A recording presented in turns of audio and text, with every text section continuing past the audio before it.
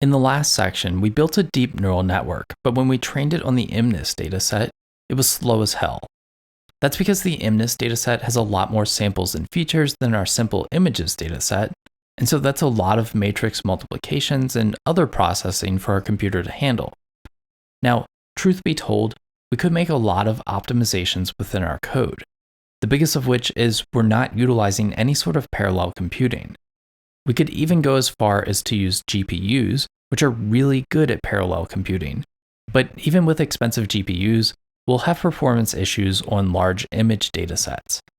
So how can we modify our network so that it can train on datasets with millions of high-resolution images? The common answer here is to use stochastic gradient descent. Stochastic gradient descent is a variation of normal gradient descent, or what some people call batch gradient descent, whereby you update your model's parameters based on the gradient of a loss function with respect to a single training sample at a time. In pseudocode, it goes like this. Suppose we want to minimize some total loss capital L, which is the mean of a vector of case losses, lowercase l, where Li equals some loss function of yi and y hat I.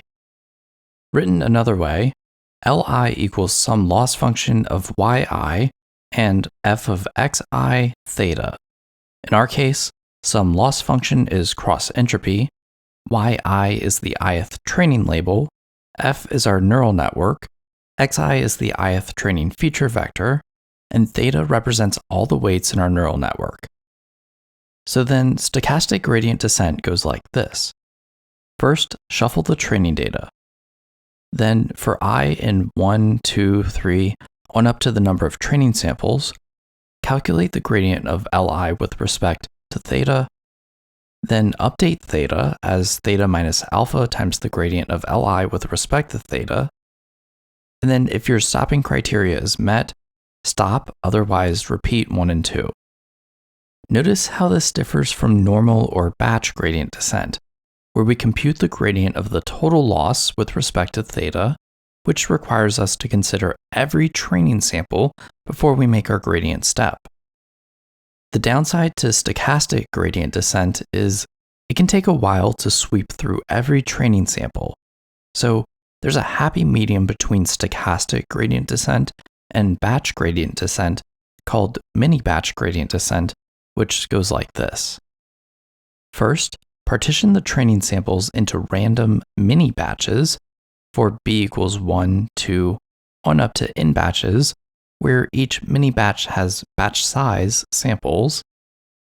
Then for b in 1, 2, on up to n batches, calculate the gradient of Lb with respect to theta, and then update theta as theta minus alpha times the gradient of Lb with respect to theta. And then if your stopping criteria is met, stop, otherwise repeat 1 and 2. Here, Lb is the average loss of the training samples in batch B. For example, if the bth batch includes training samples 4, 5, and 6, then Lb equals the average of L4, L5, and L6. Now, besides the obvious memory and processing benefits of stochastic gradient descent, there's an even more important theoretical benefit. It turns out that the loss surface of many real-world datasets are riddled with local minima. Batch gradient descent happens to be really good at finding nearby local minima and getting stuck there, whereas stochastic gradient descent kind of bounces around and is less prone to getting stuck in these local minima. At this point, see if you can tweak our current neural network class to support mini-batch gradient descent, and then see if you can apply it to the MNIST dataset. To help you get started, I added one little parameter to the fit method called batch size. The default value, none, tells the fit method not to use mini-batch gradient descent.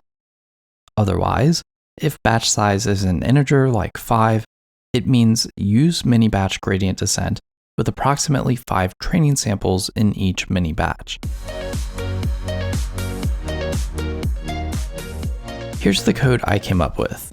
It's pretty simple. The first thing to note is I define a variable called in-batches, which represents how many batches of training samples I should partition the training data into. If batch size is none, I set in batches equal to 1. Otherwise, the number of training samples divided by the desired batch size, rounded up with NumPy's ceil function. Next comes my gradient descent loop that runs iters times.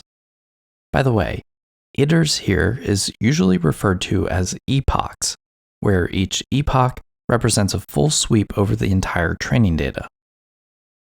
At the beginning of each iteration, or epoch, I build a randomly shuffled array of training indices and then partition them into a list of in-batches subarrays.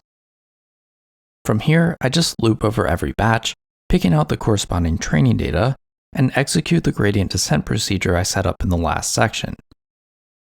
So that's really all it takes to set up mini-batch gradient descent. Let's try it out on the MNIST dataset.